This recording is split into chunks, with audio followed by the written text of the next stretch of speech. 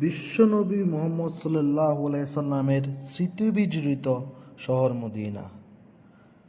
মদিনাতুল মুনাওয়ারায় নবীজি সাল্লাল্লাহু আলাইহি সাল্লাম এর অসংখ্য স্মৃতিময় নিদর্শনগুলোর মধ্যে অন্যতম হল জান্নাতুল বাগী। মহিমান্বিত এই জায়গাটি মসজিদে নববীর দক্ষিণ পূর্বে অবস্থিত।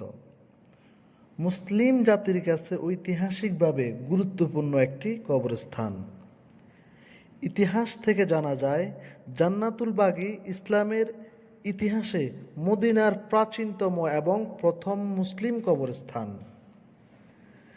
ইসলামের তৃতীয় খলিফা হজরত উসমান রাদিয়াল্লাহু তাআলাকে এই স্থানে শায়িত করা হয়।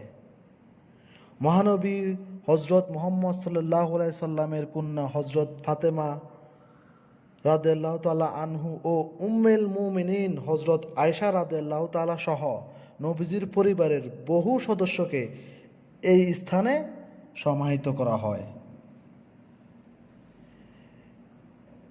এছাড়াও প্রায় 10,000 উলামায়ে কেরামকে এই ঐতিহ্যবাহী স্থানে